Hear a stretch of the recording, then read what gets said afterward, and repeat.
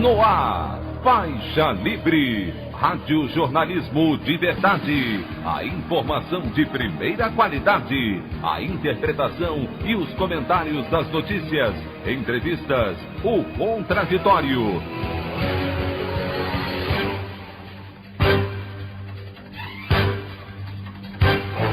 Tudo para aproximar você cada vez mais da realidade do Brasil e do mundo. Apresentação: Anderson Gomes. Ministro da Saúde Nelson Teich pede demissão e Bolsonaro nomeia militar como interino para concretizar plano de admitir cloroquina no tratamento de todos os casos da Covid-19. Marcelo Freixo desiste da candidatura à Prefeitura do Rio por não conseguir aliança e escancara divisões na esquerda do país. Secretário Estadual de Saúde do Rio, Edilmar Santos, é demitido em meio a escândalo de fraude em licitação envolvendo a compra de respiradores. Essas e outras notícias da edição desta segunda-feira, 18 de maio do ano de 2020, do programa Faixa Livre.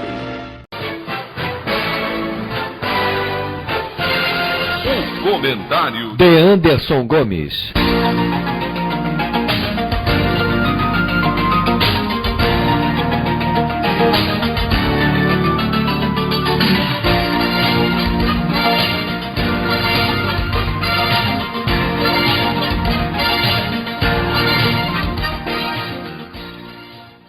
Bom dia, ouvintes. Hoje eu gostaria de apresentar a vocês dois episódios ocorridos na última sexta-feira, que são de conhecimento da maioria das pessoas e simbolizam o triste retrato do país em meio à pior crise de saúde de sua história. Primeiro, a segunda troca em menos de um mês no Ministério da Saúde. A saída de Nelson Teich da pasta não surpreende. Qualquer pessoa que tenha o mínimo vestígio de racionalidade, primeiro não aceitaria um cargo no governo de Jair Bolsonaro. Depois, ainda que tenha caído na esparrela de assumir a bronca, talvez para atender a algum projeto pessoal, percebe rapidamente que a ignorância é indomável. O perfil ditatorial do ex-capitão do Exército, que não respeita a vida e condena o contraditório, ainda que embasado em estudos científicos aprofundados, como se dá na tentativa intransigente de impor a cloroquina no tratamento aos pacientes diagnosticados com a Covid-19, gera repulsa. Até mesmo o seu guru, Donald Trump, teve de se render à ciência e já não fala mais sobre o medicamento que pode provocar efeitos colaterais irreversíveis aos pacientes que o utilizam. Bolsonaro, além de Nicolás Maduro, presidente da Venezuela, são os únicos líderes mundiais que ainda defendem o uso da cloroquina, para arrepio da Organização Mundial da Saúde. Para ter o seu desejo insano atendido, o presidente nomeou como interino no ministério o general Eduardo Pazuello e lhe entregou a missão de assinar o protocolo que libera o medicamento para qualquer um que esteja infectado pelo novo coronavírus. Como sempre, Bolsonaro recorre aos militares, cada dia mais comprometidos com seu projeto ditatorial, como evidenciou o artigo do vice-presidente, o general Mourão, ao jornal O Estado de São Paulo na última quinta-feira. O autogolpe se desenha na mesma velocidade em que é ampliada a tragédia provocada pela pandemia, que já mata mais de 800 brasileiros por dia. O segundo caso é talvez ainda mais preocupante que este que acabo de relatar e mostra que a resistência ao autoritarismo terá de se dar única e exclusivamente pela mobilização popular. O deputado federal Marcelo Freixo desistiu de concorrer à Prefeitura do Rio de Janeiro nas eleições deste ano. O parlamentar, que foi segundo colocado nas duas últimas disputas ao Executivo Municipal, havia acertado uma aliança com o Partido dos Trabalhadores e tentava o apoio de outras legendas ditas progressistas como o PDT, o PCdoB, o PSB e a Rede, em uma necessária e ampla frente democrática para derrotar a ameaça do fascismo que se amplia. Não houve acordo, o que provocou a desistência de Freixo. Prova do isolamento de PT e PSOL no cenário nacional foi a live organizada no sábado que reuniu as principais lideranças nacionais desses partidos que recusaram a coligação no Rio. Me refiro a Ciro Gomes, Flávio Dino, Marina Silva e Alessandro Molon. Nós entendemos que as diferentes legendas tenham seus programas próprios e interesses que passam por afirmação nas urnas. A grande questão é que o momento é de excepcionalidade. O que está em jogo não são projetos partidários ou individuais de determinados caciques da política brasileira. O que está em debate neste momento é a manutenção da nossa democracia. Enquanto não houver união daqueles que se dizem comprometidos com a Constituição e a legalidade em torno de um projeto de país, quem vai sofrer é o povo trabalhador, que atualmente se aglomera nas filas das agências da Caixa, dos hospitais e dos cemitérios. Se não houver entendimento entre as forças de esquerda já para as eleições de 2020, as de 2022, que são o alvo desses partidos, podem sequer acontecer. A opinião do Faixa Livre. Bandeirantes, 1360.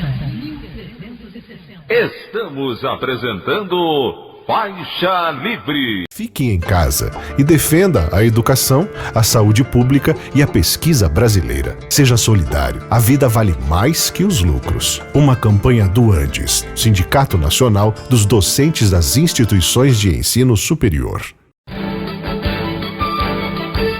Voltamos a apresentar Faixa Livre.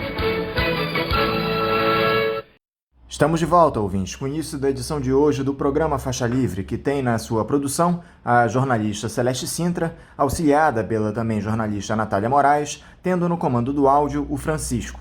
Meu bom dia a todos. E meu bom dia também a você, que pode aqui participar nos enviando mensagens eletrônicas para o endereço ouvinte@programafaixalivre.com.br ou ainda registrando suas participações diretamente nas nossas redes sociais.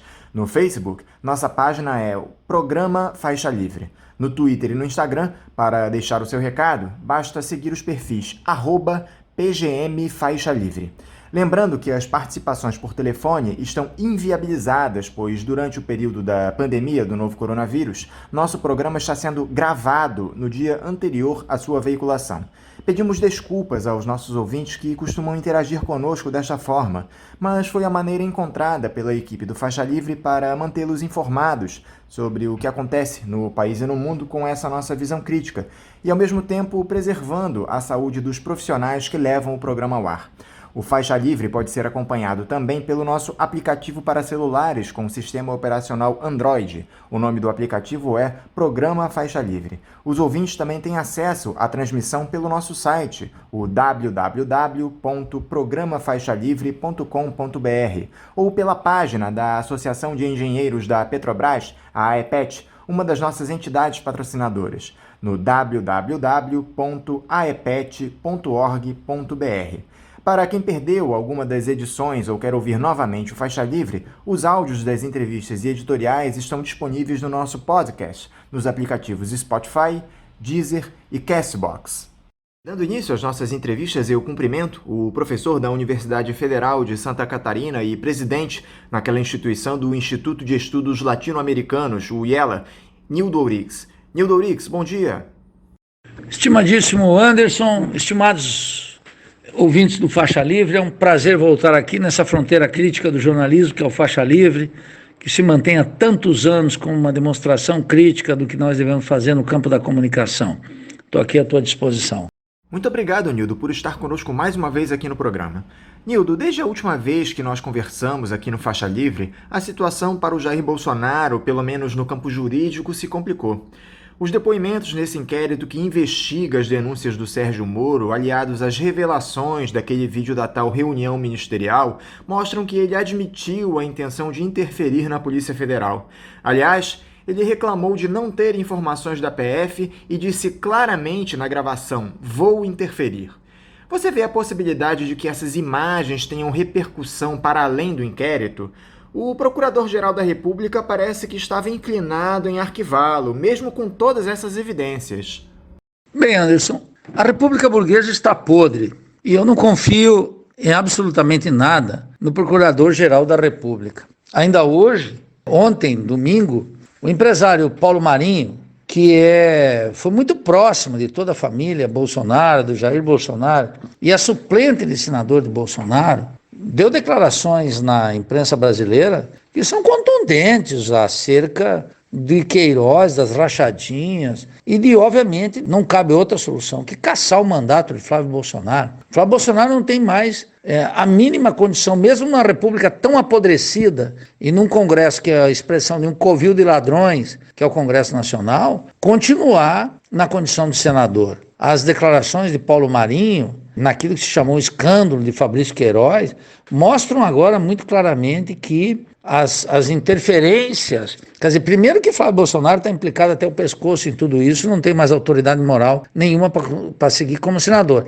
E segundo que o próprio presidente da República sabia de tudo, de tal maneira que eu não confio em mais mínimo nas instituições da República, nem no Supremo Tribunal Federal, nem no Congresso Nacional, nem na imprensa livre, e nem nada. Isso tudo está uma podridão completa e que a esquerda, se tiver juízo, ela não tem que apostar nessas fichas, ela tem que pressionar contra todas essas instituições, inclusive para que cassem o mandato de Flávio Bolsonaro. Isso é fundamental. E que apure as responsabilidades do presidente, que sabia de cada passo, segundo o Marinho, de todas a operação de Furna da Onça. E a operação Furna da Onça ainda tem que identificar quem é o policial que passou essas informações. Porque a Polícia Federal, a despeito daquele conto de fadas alimentado pelo governo de Lula e de Dilma, que dá autonomia para a Polícia Federal, nós temos que saber quem é esse policial que atrasou as investigações e preparou a família Bolsonaro para se proteger de uma flagrante violação da lei. Então é uma podridão que envolve o senador Flávio Bolsonaro, o presidente da República, a Operação Furna da Onça, a Polícia Federal e o suplente de senador de Flávio Bolsonaro. Isso tudo tem que ser apurado. E isso não vai ser apurado pela Procuradoria-Geral da República. Eu não tenho a menor esperança. Pode ser que tenha um acidente, mas a esquerda não pode apurar nisso. A esquerda não é, Anderson, definitivamente não pode cumprir o papel da corregedora de uma república apodrecida que todo dia, como no caso que eu estou falando aqui, dá uma demonstração que a podridão é imensa. Agora, o Bolsonaro, que garantia que não havia se referido à Polícia Federal na tal reunião, agora já admite que falou sobre a PF. E vai adaptando o discurso de acordo com a necessidade, né, Nildo? Bolsonaro é um expert em comunicação e todo mundo tem que entender a lógica. Mentiroso contumaz, ele opera na lógica da mídia. A mesma mídia que manufatura a opinião pública contra nós. A mesma mídia que manufaturou a opinião pública de que existia um déficit na Previdência. A mesma mídia que manufaturou a opinião pública indicando que nós temos que combater o déficit público. A mesma mídia que multiplica a ideia de que o trabalho aqui é um trabalho, o custo do trabalho é muito caro e, portanto, o reino da superexploração deve permanecer de maneira indefinida. E Bolsonaro o que faz é operar no mesmo mecanismo de manufaturação da opinião pública que a mídia faz, só que ele faz em favor dos seus interesses. Quais são os seus interesses?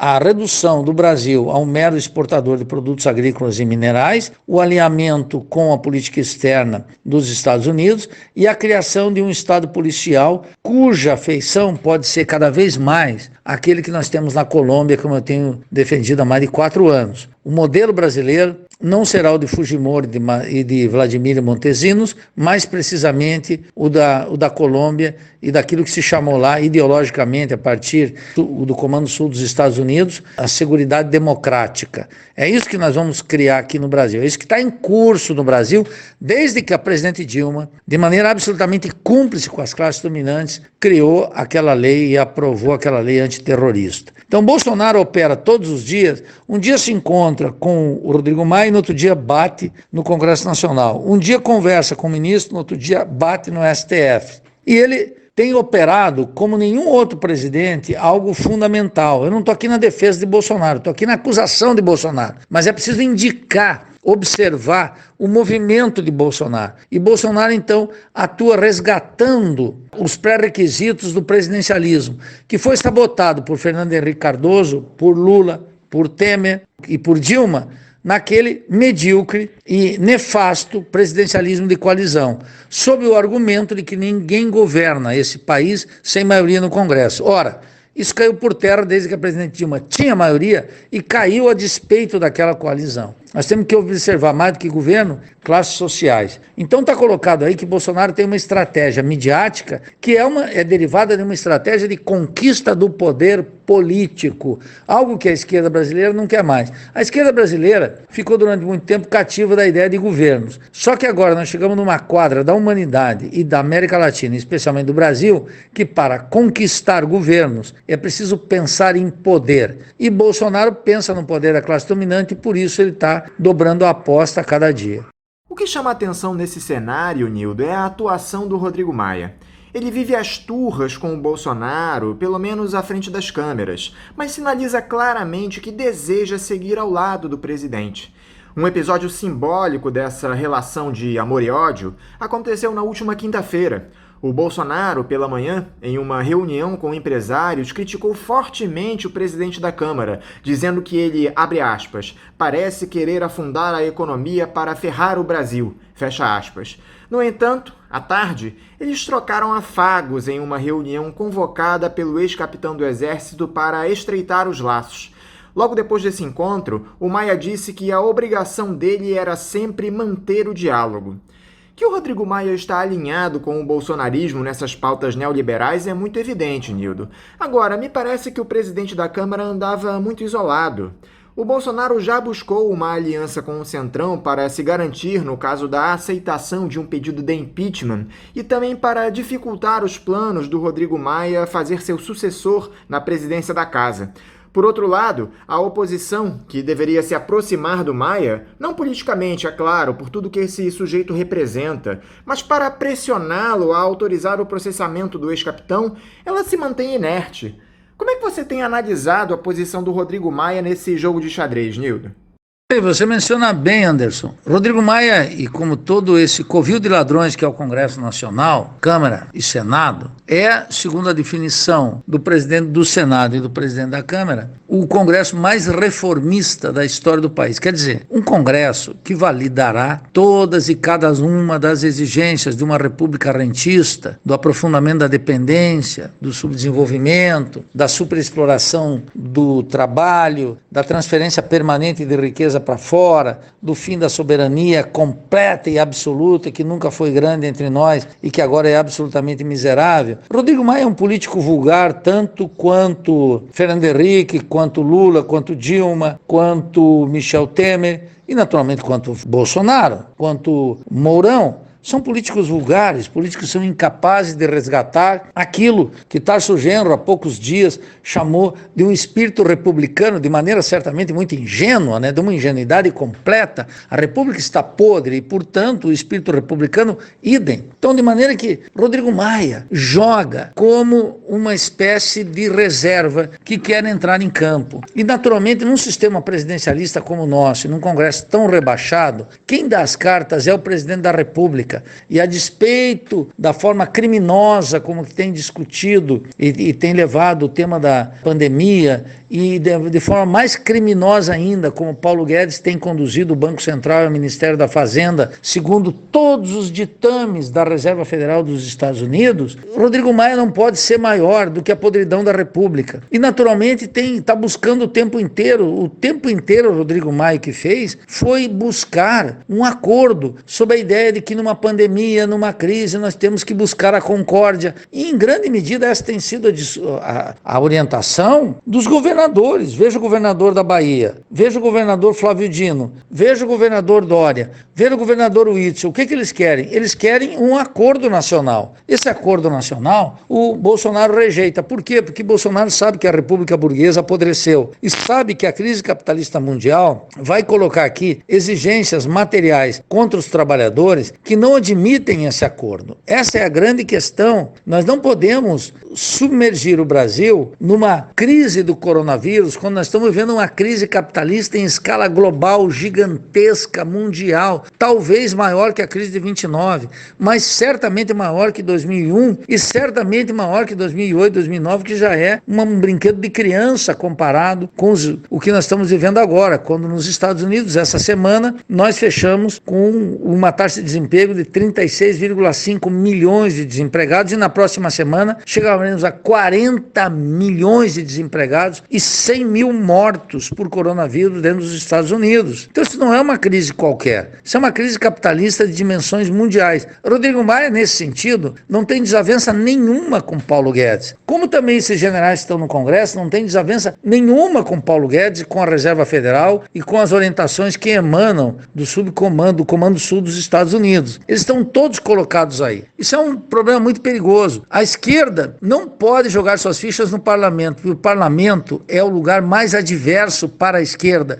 E esse cretinismo parlamentar que dominou a esquerda, que foi o PT, afundado numa crise programática, ética, moral, política, inexorável e sem remissão, até o PSOL, meu partido, que é incapaz de perceber que o Congresso Nacional e o Parlamento não é o espaço fundamental da atuação de uma esquerda que tem que alimentar um espírito revolucionário, uma crítica e, sobretudo, uma atuação de massas. Agora, limitada pela ação do coronavírus. Mas até agora nós sofremos uma supressão da reforma previdenciária, da Previdência e dos direitos previdenciários sem uma mega marcha sobre Brasília. Quer dizer, a esquerda está sem juízo antes da pandemia. E agora na pandemia nós estamos reduzidos à insignificância. Agora, isso é uma sentença? Não. Isso é um alerta. No período que se avizinha, a esquerda tem que ganhar as ruas, não alimentar nenhuma ilusão sobre a cretinice parlamentar,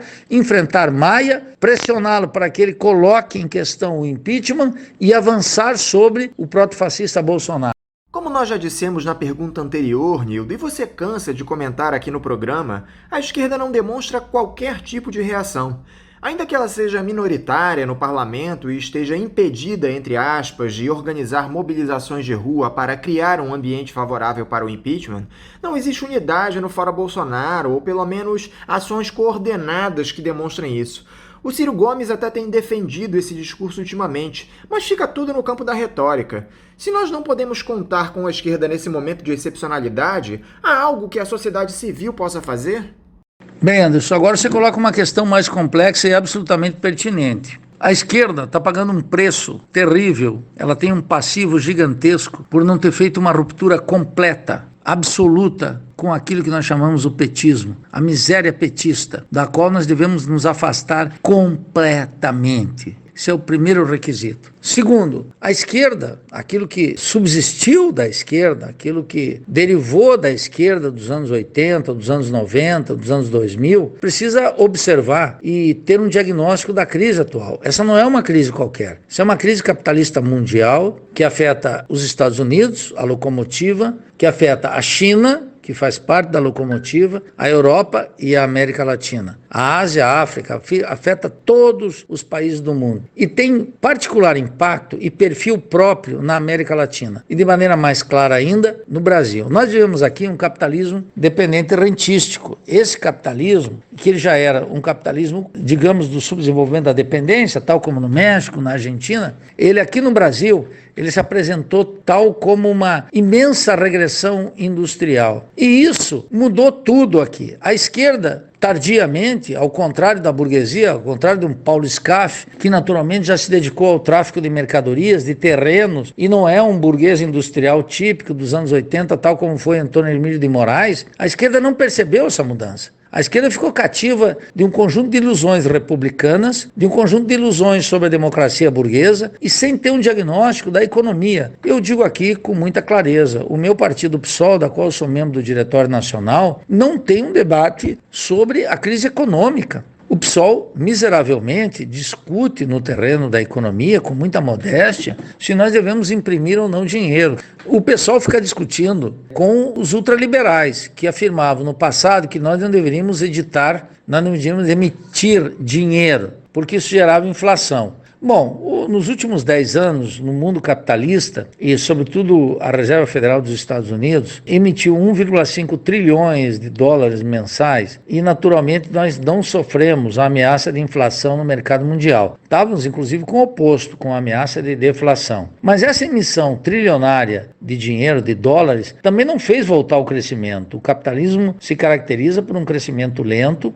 e com uma ameaça de deflação e de recessão de maneira permanente. permanente. Nós aqui no Brasil, os economistas agora estão se reconhecendo que nós sofremos uma recessão desde o governo desastroso do PT, sob condição da presidente Dilma, que após vencer as eleições com um programa de inspiração keynesiana, muito desbotado, é certo, aplicou uma receita ultraliberal encabeçada por Joaquim Levy, quer dizer, fez um estelionato eleitoral completo sob a batuta de Lula e Dilma. É gente que não pode dizer boa noite e bom dia para os trabalhadores no Brasil sem ajoelhar no milho. Foi de uma irresponsabilidade, de uma traição, de uma cumplicidade com a ordem burguesa verdadeiramente absoluta. Então essas são questões centrais. A esquerda não percebeu que teve uma mudança radical no desenvolvimento capitalista latino-americano. E a esquerda precisa acordar para isso. Sem acordar para isso, a esquerda não será protagonista nesse período dessa crise que veio para ficar. Essa não é uma crise de curto fôlego,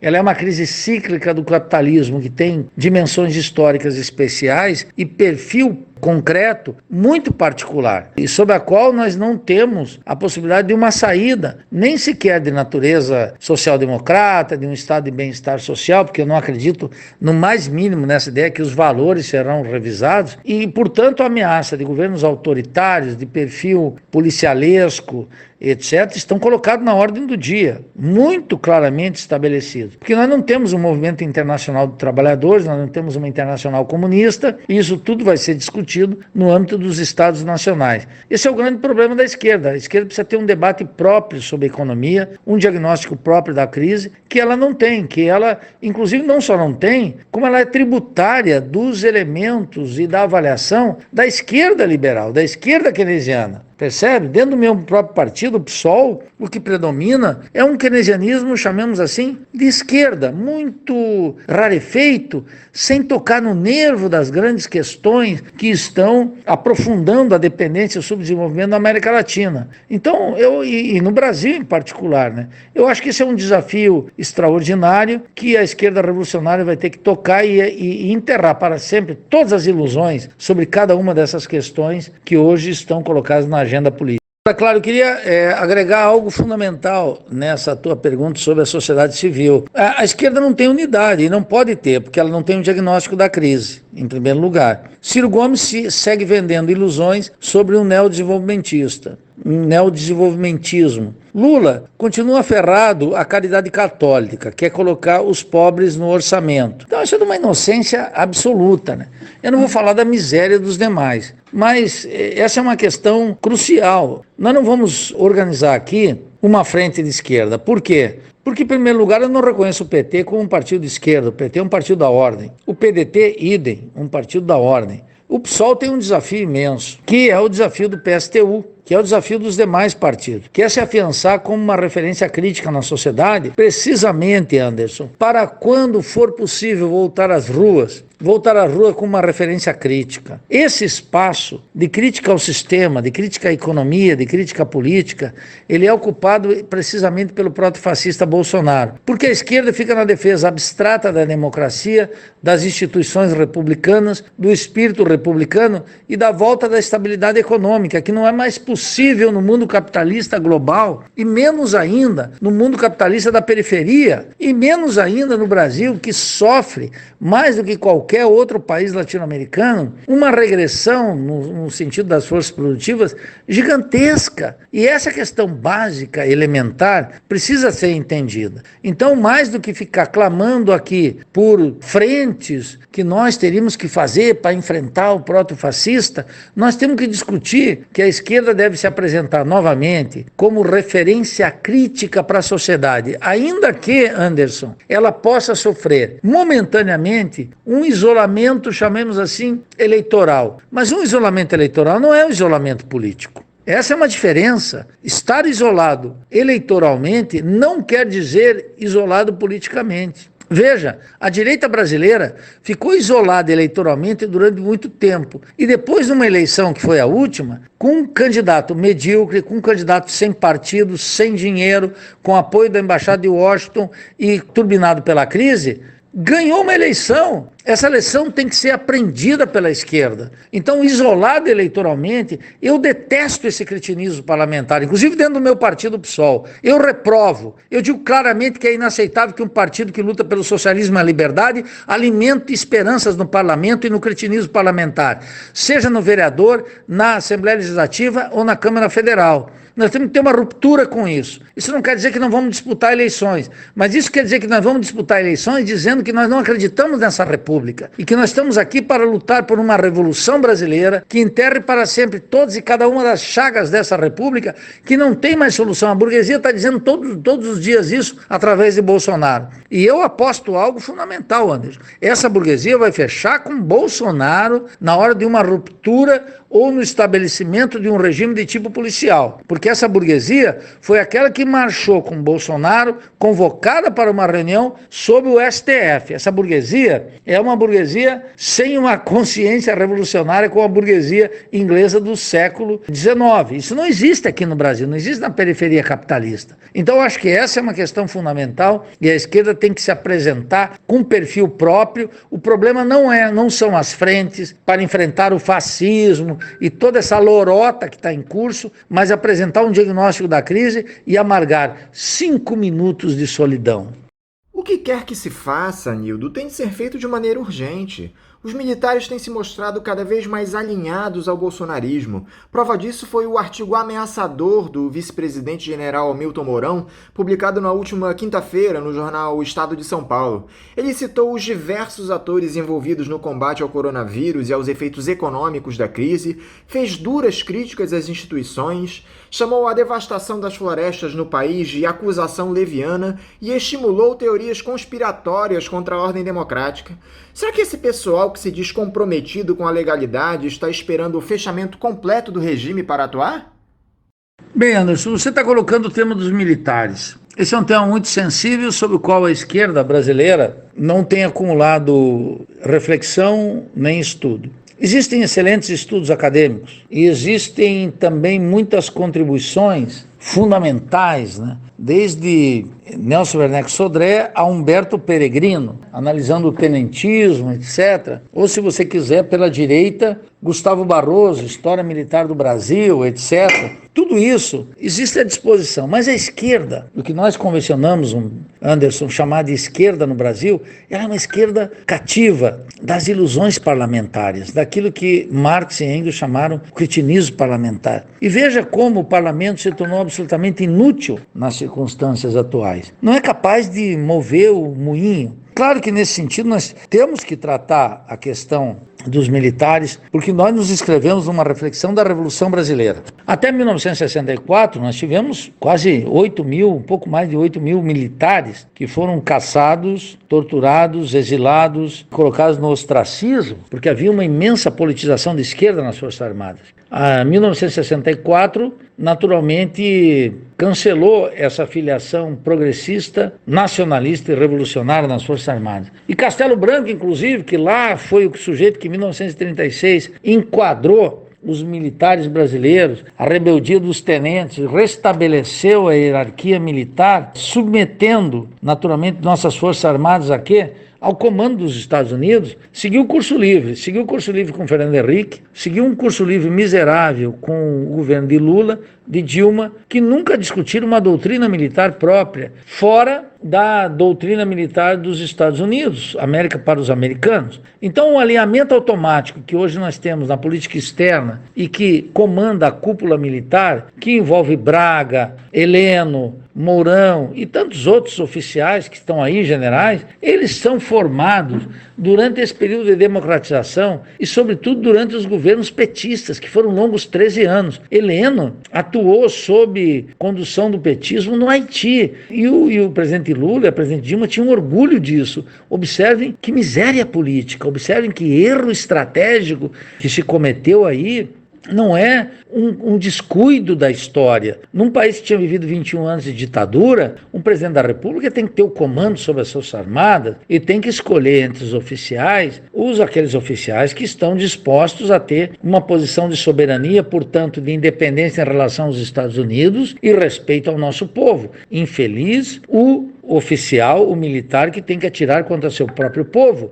Nós tínhamos que recuperar aqui e varrer para sempre a ideia da doutrina de segurança nacional, que elege o povo como inimigo das Forças Armadas. Ora, isso é fundamental. A última reforma da Previdência contemplou o generalato com altos salários e deixou a tropa ao desamparo. Isso está muito claro. Isso é uma forma de manter o comando sob controle e jogar o prejuízo para o nosso povo que informa as Forças Armadas na base. O recruta, o soldado, o cabo e até o sargento não são gente que estão contemplada nas altas hierarquias do Estado e com os altos salários. Então é preciso observar isso de maneira muito clara. Mourão, portanto, ele é o porta-voz dessa concepção do generalato brasileiro, dos oficiais, completamente entreguistas e completamente aliados e subordinados ao Washington. Isso é fundamental. Aquele que duvida do que eu estou dizendo, observem os discursos de Mourão, um ano e meio antes de ele ser candidato a vice-presidente, nas lojas maçônicas, está aí no YouTube. Ele defende completamente a proposta de Paulo Guedes. Ele defende completamente isso que o ministro de Relações Exteriores, que eu nem lembro o nome, que é um medíocre qualquer, da diplomacia brasileira, que é o alinhamento automático com a Embaixada de Washington. Então esse generalato que está aí, eles estão traindo a pátria. Eles precisam acordar. E a função da esquerda é discutir isso com clareza. E a função da esquerda é preciso ter muito claro que nós não vamos colocar a salvação da pátria nas Forças Armadas. Isso seria um erro. A salvação da pátria e o futuro socialista do Brasil depende dos trabalhadores e, portanto, de uma atitude de vanguarda da esquerda brasileira nessa área. Mas nós vamos ter que discutir com os militares se eles estão a favor do Brasil ou a favor dos Estados Unidos. Se eles estão a favor da Avenida Paulista, da FEBRABAN, da Fiesp, ou se eles estão a favor da imensa maioria dos brasileiros que estão afundados na morte, na miséria e na exploração. E a esquerda brasileira, então, portanto, tem que teorizar e tematizar o tema das Forças Armadas.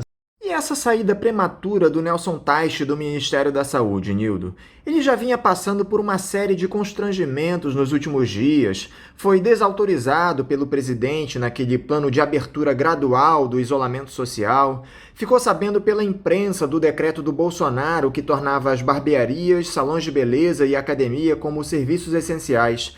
Parece que ele se recusou a colocar a sua reputação em risco. A verdade é que qualquer um que tenha um rastro de racionalidade diante do ex-capitão do Exército é considerado sensato, não é, Nildo? Eu entendo a tua observação, Anderson, mas quero dizer o seguinte, eu nunca me preocupo com o ministro que sai, mas sempre com o ministro que entra. Então eu achava Mandetta um horror, achava Nelson Teich um horror e acho já o próximo que vai entrar um horror. Mas eu faria um reparo na tua aguda pergunta. Eu não acho que Bolsonaro atua a partir do irracionalismo. Bolsonaro atua a partir de uma racionalidade impecável, cuja função é, em primeiro lugar, ele resgata o caráter presidencialista do nosso regime. Esse é fundamental. Ele não está discutindo com esse parlamento que é um covil de ladrões. Ele não dá muita importância, apenas formal, para o Supremo Tribunal Federal. Que foram todos esse Supremo Tribunal Federal que destituíram a presidente Dilma, que consagraram o processo de privatizações, que fizeram tudo que as reformas que atacam o nosso povo. Então Bolsonaro atua numa racionalidade completa. Não atribuam a Bolsonaro um caráter irracional. De resto, a ciência, ela não é neutra. Nós aprendemos isso de uma maneira trágica, digamos, quando o Projeto Manhattan criou a bomba atômica. E os cientistas depois observaram que o controle do ciclo atômico tinha sido usado, segundo eles, indevidamente sobre Hiroshima e Nagasaki, que foi um crime de lesa humanidade praticada pelo imperialismo estadunidense. E os cientistas que estavam lá, que criaram a energia atômica, o ciclo atômico, que dominaram o ciclo atômico a partir da bomba atômica,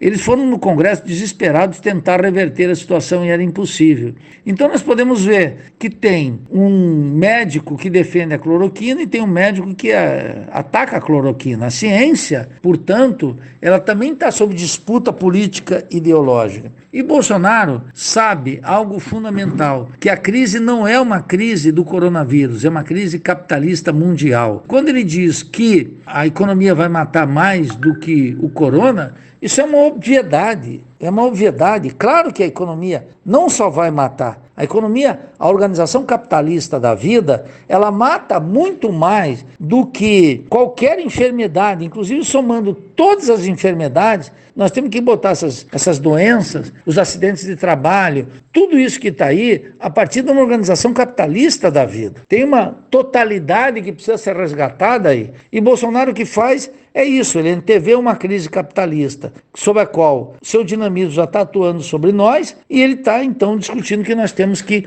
voltar imediatamente, porque os efeitos nocivos dessa crise serão maiores do que os coronavírus. Essa é uma verdade elementar. Agora, isso não autoriza um presidente da República a liberar geral, ao contrário, nós temos que proteger todas as vidas. Uma vida sequer, uma qualquer, nós teríamos que lutar por ela. Mas isso não tira a racionalidade perversa, capitalista, que orienta cada passo de Bolsonaro. E nós não podemos, desde a esquerda, ficar orientado por um moralismo abstrato, que não toca na maioria da população, que vai morrer pela falta de desemprego, pelo abandono, pela doença, pelo raquitismo histórico do SUS ou pelo coronavírus. Percebe? Ou pela influenza, ou pela tuberculose, ou pela lepra. No Brasil se morre por lepra. Eu lembro que o Ney Matogrosso, esse cantor que eu acho extraordinário, ele se dedicou à campanha por lepra. Nós, aqui no Brasil, se morre por doenças tropicais, essas todas que foram erradicadas em Cuba, percebe?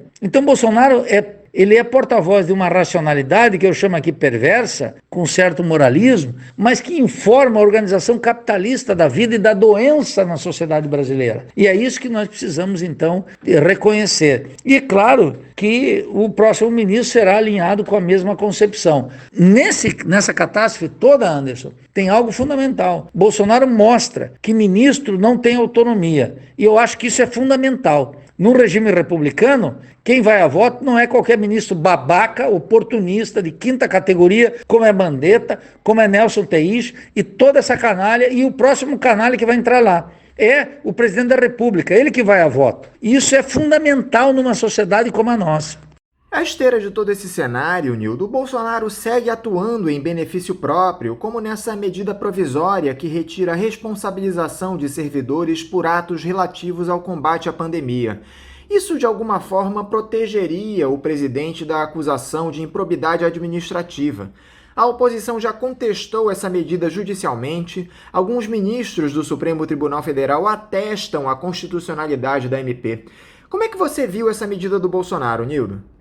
Bem, Anderson, você veja que Bolsonaro, ele, por maior que seja o desgaste das pesquisas eleitorais, etc., ele pensa no futuro e ele pensa que será eterno. E se vocês observarem, ele não é um sujeito que não está aprendendo no exercício do cargo.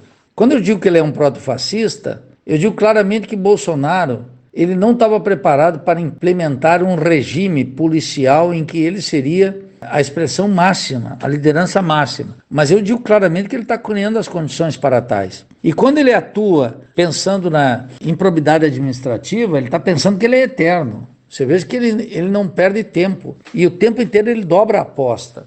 Falta uma esquerda que perceba esse movimento e que não só queime os barcos, mas decida enfrentá-lo completamente, até o fundo, até o fim, arriscando inclusive seus mandatos parlamentares. Não é isso que eu estou vendo.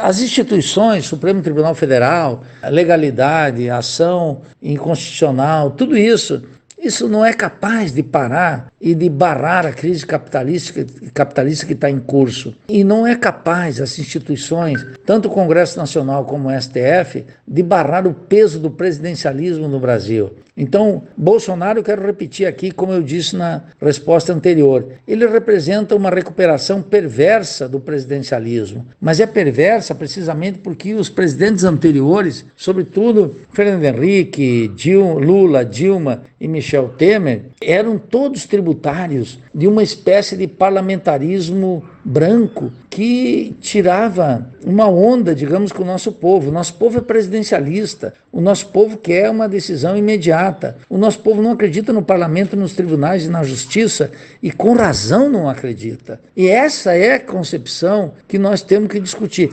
Eu estava recordando ontem aquele livro muito débil do Sérgio Buarque de Holanda, Raízes do Brasil, né, em que o Sérgio Buarque, no capítulo 7 sobre a nossa Revolução, ele exorciza o presidencialismo e exorciza a figura do caudilho de tradição hispânica, mas é isso que late fundo no nosso povo e que as elites culturais brasileiras, para usar um termo de extração liberal, não conseguem captar, porque não conseguem entender o que é o desenvolvimento capitalista periférico, nem o que é uma república no Brasil e nem o que é uma república nas condições atuais. E, portanto, nós temos que impugnar o Bolsonaro no terreno que ele está. E para isso a gente precisa apresentar uma proposta de ruptura revolucionária. Essa proposta de ruptura revolucionária, ela pode parecer irrealista hoje, para alguns menos avisados, menos informados, até mesmo uma aventura, mas não é. O povo está disposto a arriscar seu pescoço em defesa da sua vida.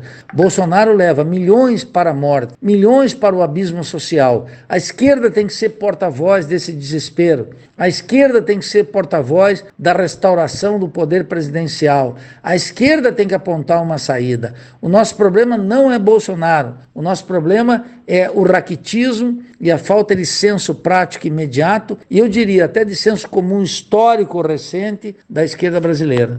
No campo econômico, Nildo, o governo foi obrigado a rever a previsão para o Produto Interno Bruto deste ano.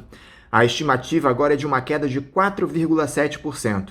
Enquanto isso, o Paulo Guedes segue defendendo a tese de que só o capital privado é capaz de tirar o país da crise, neste cenário de desindustrialização e saída de recursos do Brasil. Aliado a isso, nós temos uma situação onde mais de 3.200.000 pessoas procuram emprego há mais de 2 anos, de acordo com dados do IBGE. Os já precarizados motoristas de aplicativo devolveram 160 mil carros por conta da queda no serviço, por informação das próprias locadoras. Você enxerga alguma possibilidade de mudança nesse discurso dos neoliberais à medida que a realidade for se impondo, Nildo? O Anderson, você coloca uma questão fundamental. Os chamados neoliberais, quer dizer, a classe dominante brasileira, eles são cínicos por natureza. Veja, o Paulo Guedes fala, o capital privado é fundamental para tirar o país da crise. Se isso fosse verdade, ele não teria emitido 1,5, 1,2 trilhões de reais para salvar precisamente o capital privado. E lá nos Estados Unidos, o Mr. Trump não teria colocado 7 trilhões para salvar as empresas. E mais, o Bolsonaro não estaria discutindo como o BNDES vai salvar as empresas de aviação, inclusive multinacionais que estão pedindo empréstimos aqui na chamada poupança nacional. Então, verdadeiramente, essa ideia de que a empresa privada vai nos tirar da crise, ela é completamente descabida, porque foi a empresa privada que nos levou para a crise. Foi o irracionalismo e a cegueira dos capitalistas individuais na concorrência que nos levou para essa crise. Essa é uma crise mundial. Então, isso não tem a menor possibilidade.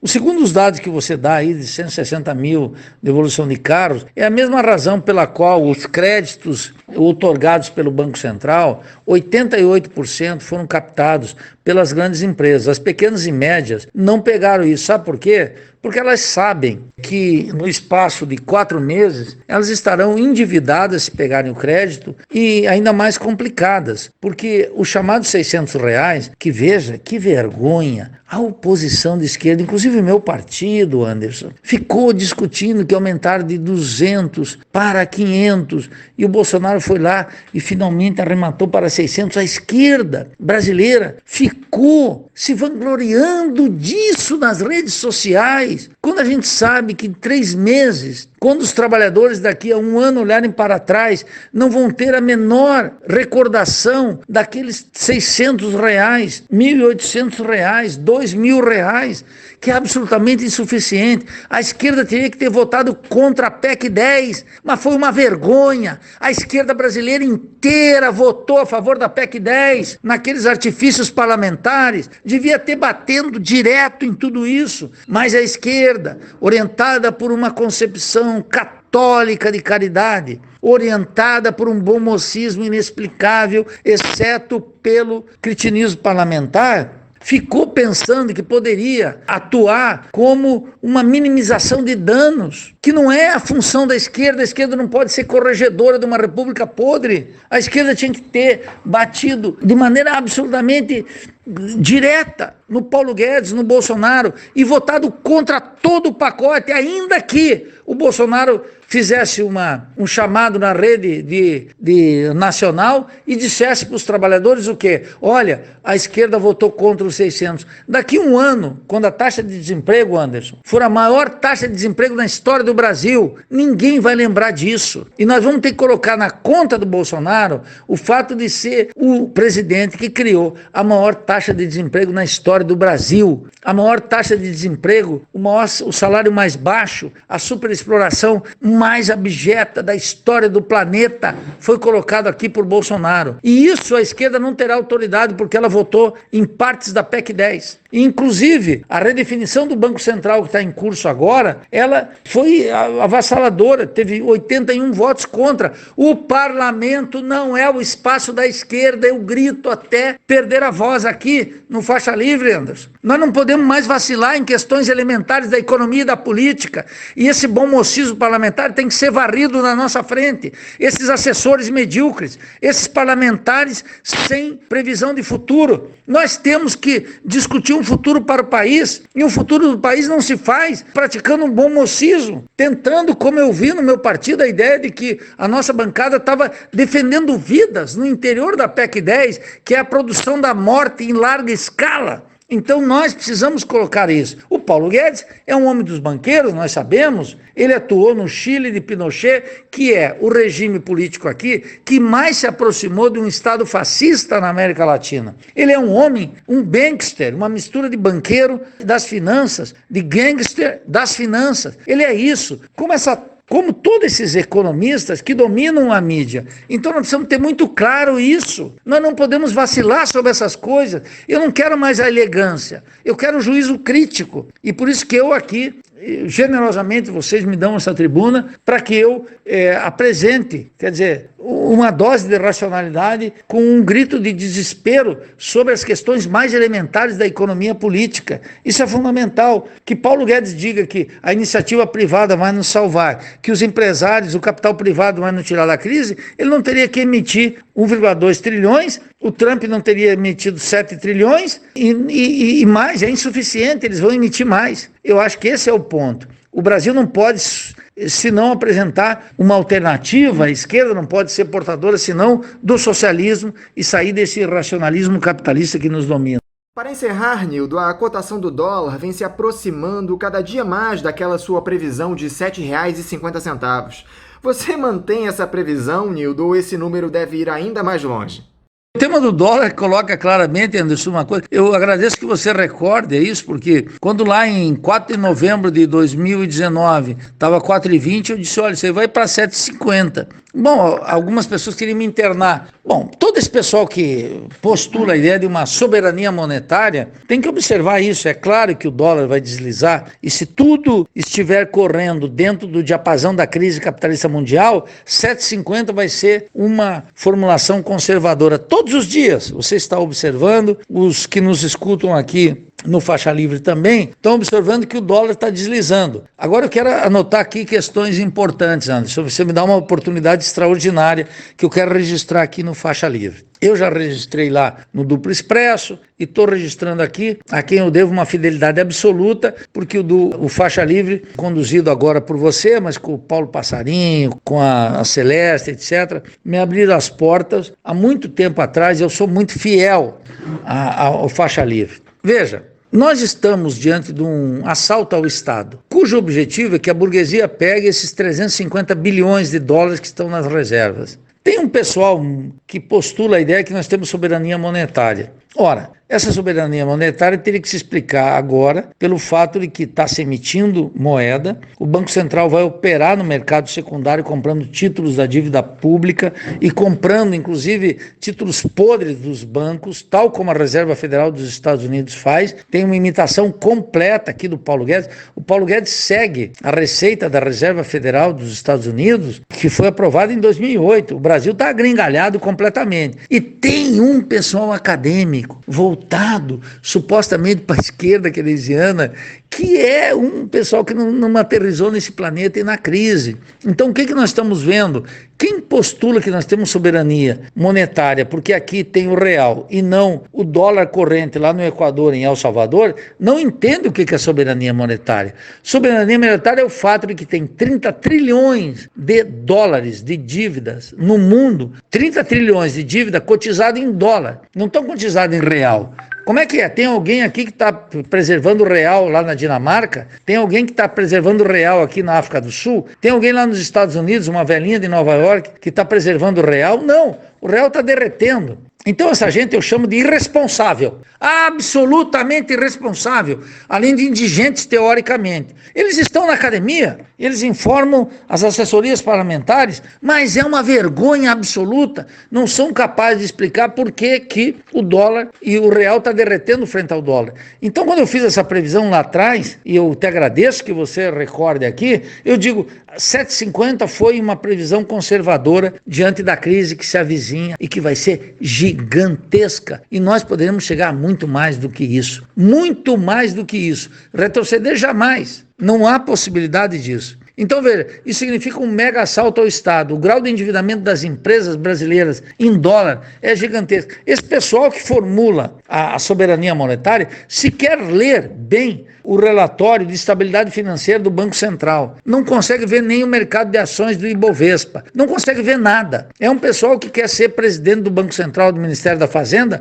num governo mequetrefe como de Lula e de Dilma. É um pessoal que quer seguir carreira dentro do Estado, não está afim aqui de redimir o povo, não está afim de pensar o Brasil como uma potência que pode mudar a correlação de forças internacionais a partir de uma Revolução Brasileira, a partir de algo que está pulsando nas ruas. Então é claro que esse dólar vai deslizar muito mais. Isso significa pobreza em milhões, significa desemprego em milhões, significa quebradeira de médias empresas, concentração e centralização de capital, estrangeirização da economia em bens de capitais, bens intermediários, etc., que está acontecendo desde sempre. Então é preciso mais marxismo, menos programa de pós-graduação em economia, porque isso está uma vergonha no Brasil. Esses programas todos estão sob questão. A desgraça brasileira está em carne viva. E é claro que esse dólar vai deslizar muito mais. Eu não sei quanto, e a grande questão que eu agrego aqui, Anderson, é o seguinte: se ela será um ataque à moeda repentina, com uma fuga de capital gigantesca, porque os capitais externos já saíram todos daqui,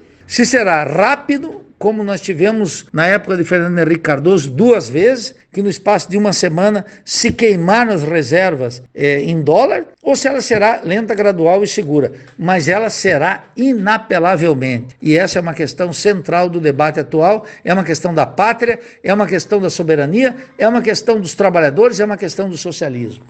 Nildo Ourix, muito obrigado por essa entrevista conosco aqui no Faixa Livre. Eu desejo a você uma boa semana e um forte abraço. Anderson, prazer falar com você, com os amigos do Faixa Livre. Eu quero render aqui uma singela homenagem a esse programa, conduzido durante tanto tempo pelo meu entranhável camarada e amigo Paulo Passarinho, agora conduzido por você, pela Celeste, pela Natália, pelo Chiquinho, por todos vocês que estiveram aí há tanto tempo, né? E que se nós tivermos vida depois dessa crise, eu quero voltar aos estúdios do Faixa Livre para render essa homenagem a essa fronteira do jornalismo crítico, que é o Faixa Livre, que se mantém durante muito tempo. Num país como o nosso, em que a tradição é naturalmente superada pelas modas colonialistas, culturais, o Faixa Livre merece, tanto quanto o nosso povo e quanto todos nós, vida eterna. Um grande abraço, foi um privilégio estar com vocês. Conversamos aqui com o Nildo Ourix. Ele é professor da Universidade Federal de Santa Catarina e presidente naquela instituição do Instituto de Estudos Latino-Americanos. E vamos rapidamente encerrando a edição de hoje, convidando a vocês para estarem conosco amanhã, a partir das 8 da manhã, para mais um Faixa Livre. Um abraço e até amanhã!